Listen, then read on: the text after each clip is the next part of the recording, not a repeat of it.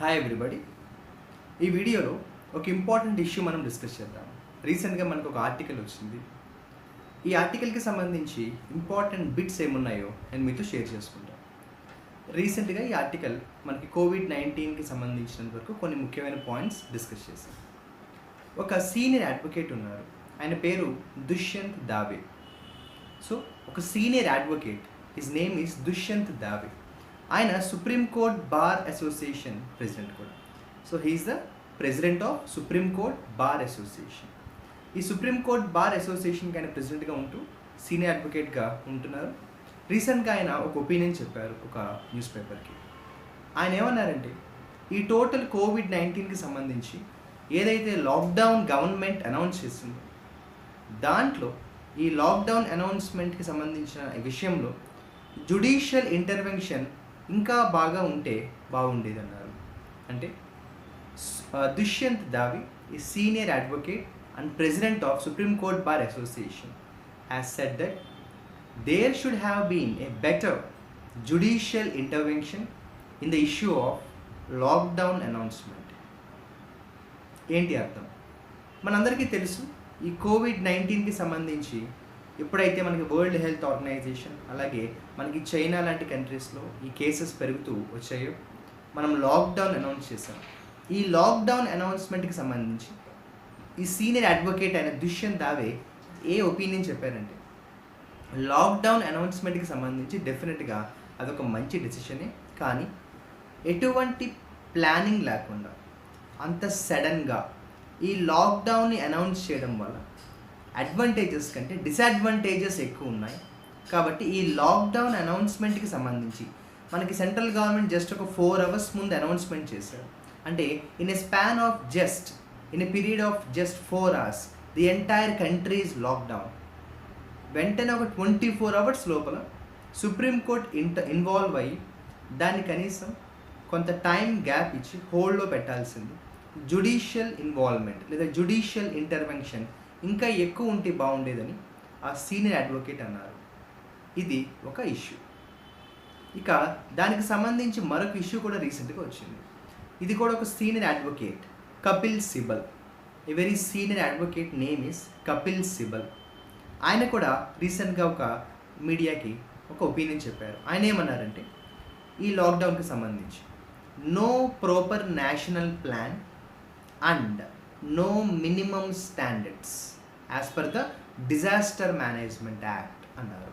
అంటే disaster management యాక్ట్కి సంబంధించి ఏవైతే ఆ డిజాస్టర్ మేనేజ్మెంట్ యాక్ట్లో కొన్ని ముఖ్యమైన విషయాలు ఉన్నాయో వాటిని సరిగ్గా ఫాలో అవ్వడంలో ఫెయిల్ అయ్యాము అన్నారు. అంటే నో ప్రాపర్ నేషనల్ ప్లాన్. అంటే లాక్డౌన్ అనౌన్స్మెంట్ ఓకే బాగానే ఉంది, కానీ దానికి సంబంధించి ఒక సరైన ప్రణాళిక లేదు. అట్ ద సేమ్ టైం ఆ లాక్డౌన్ అనౌన్స్మెంట్ చేసిన తర్వాత కూడా మినిమం స్టాండర్డ్స్కు ఏవైతే మనం మినిమం స్టాండర్డ్స్ ఫాలో అవ్వాలో, మనకి డిజాస్టర్ మేనేజ్మెంట్ యాక్ట్ ఉంది కదా, డిజాస్టర్ మేనేజ్మెంట్ యాక్ట్ 2005. ఆ డిజాస్టర్ మేనేజ్మెంట్ యాక్ట్కి సంబంధించి ఏవైతే మినిమం స్టాండర్డ్స్ ఫాలో అవ్వాలో అవి ఫాలో అవ్వడంలో గవర్నమెంట్ ఫెయిల్ అయిందని చెప్పేసి సీనియర్ అడ్వకేట్ కపిల్ సిబల్ అన్నారు. ఈయన కూడా సుప్రీంకోర్టు యొక్క పాత్ర మరింత ఎక్కువగా కానీ ఉండుంటే బాగుండేది అన్నారు. ఈ 2 అనౌన్స్మెంట్స్ కూడా అనుకోకుండా ప్యారలల్గా వచ్చాయి. దీనికి సంబంధించి మనకి మన అనాలిసిస్ ఏంటో ఒకసారి చూద్దాము. ఇక్కడ మనం సింపుల్గా ఒక 4 పాయింట్స్ మనం డిస్కస్ చేసుకోవాలి.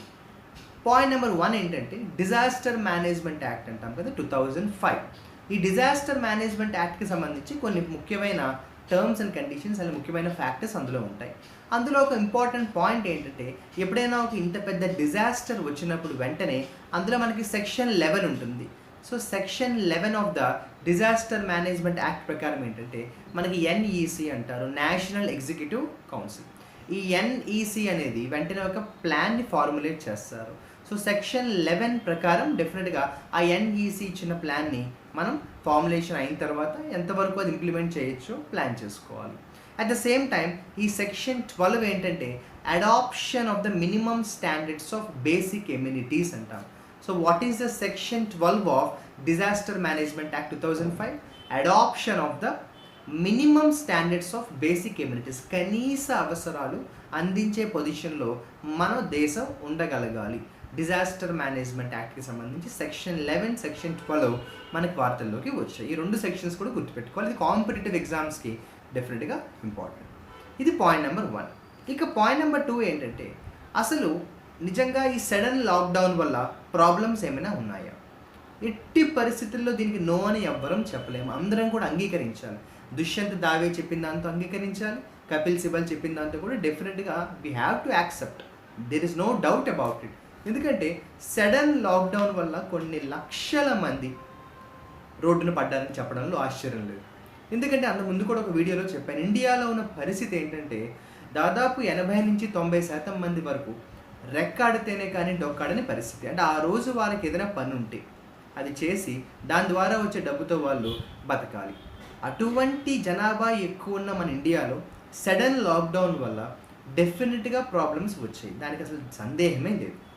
కాబట్టి మనం డెఫినెట్గా ఈ దుష్యంత్ దావే కావచ్చు, కపిల్ సిబల్తో డెఫినెట్గా మనం కొంతవరకు అగ్రీ చేయాలి. ఇది పాయింట్ నెంబర్ 2. అయితే దుష్యంత్ దావే మరో విషయాన్ని కూడా ఆయన చెప్పిన ఆర్టికల్లో రాశారు. ఏంటంటే డీమానిటైజేషన్ ఎలా అయితే సడన్గా అనౌన్స్మెంట్ జరిగిందో, డీమానిటైజేషన్ వల్ల వచ్చిన ప్రాబ్లమ్స్ మనం చూసాం. కాబట్టి మొన్న లాక్డౌన్ విషయంలోనైనా కొంత ప్లాన్ ఉంటే బాగుండేదన్నారు. ఇక్కడ కొంతమంది ఆలోచించారు, డీమానిటైజేషన్ అనే ఇష్యూ డిఫరెంట్. ఆ demonetisation is not a part of disaster. అదొక డిజాస్టర్ కాదు, అదొక హెల్త్ ప్రాబ్లమ్కి సంబంధించి, సర్వైవల్కి సంబంధించిన ప్రాబ్లం కాదు. అయినా కూడా అదొక సడన్ అనౌన్స్మెంట్. ఆయన యొక్క కంపారిజన్ కరెక్టే. డీమానిటైజేషన్ని ఆయన ఈ యొక్క రీసెంట్ లాక్డౌన్తో కంపేర్ చేస్తూ చెప్పారు. అయితే డీమానిటైజేషన్ అనే ఈ అంశంలో అనౌన్స్మెంట్ అనేది చేయకూడదు. ఎందుకంటే డీమానిటైజేషన్ యొక్క ముఖ్య ఉద్దేశమే బ్లాక్ మనీని కంట్రోల్ చేసే ఉద్దేశం. అది అనౌన్స్ చేస్తే జాగ్రత్త తీసుకుంటారు. కాబట్టి ఎవరైతే కరప్షన్లో ఉంటారో, ఎవరి దగ్గర అయితే బ్లాక్ మనీ ఉంటుందో వాళ్ళు తగిన జాగ్రత్తలు తీసేసుకుంటారు. కాబట్టి డీమానిటైజేషన్లో డెఫినెట్గా అనౌన్స్మెంట్ అనేది చేయలేము. అయితే ఈ కోవిడ్-19కి సంబంధించి డెఫినెట్గా అనౌన్స్మెంట్ చేస్తుండొచ్చా, ఒక 1 month ముందు చేస్తుండొచ్చా అన్నది మనం నెక్స్ట్ పాయింట్లో డిస్కస్ చేద్దాం.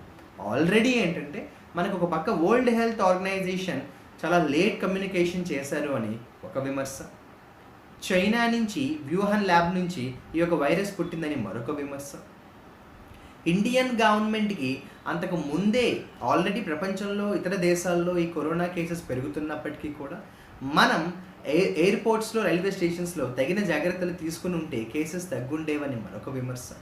ఈ విమర్శలన్నీ ఉన్నా కూడా we have to understand that India లాంటి ఇంత ఎక్కువ populous country, second most populous country ప్రపంచంలోనే, ఇంత ఎక్కువ జనాభా ఉన్న మనలాంటి దేశంలో ఒక్కరోజు కానీ లాక్డౌన్ అనౌన్స్మెంట్ లేట్ అయ్యి ఉంటే ఇంకా ఎన్నో ఎక్కువ ప్రాణాలు పోయేవి, ఎటువంటి సందేహం లేదు. కరెక్ట్?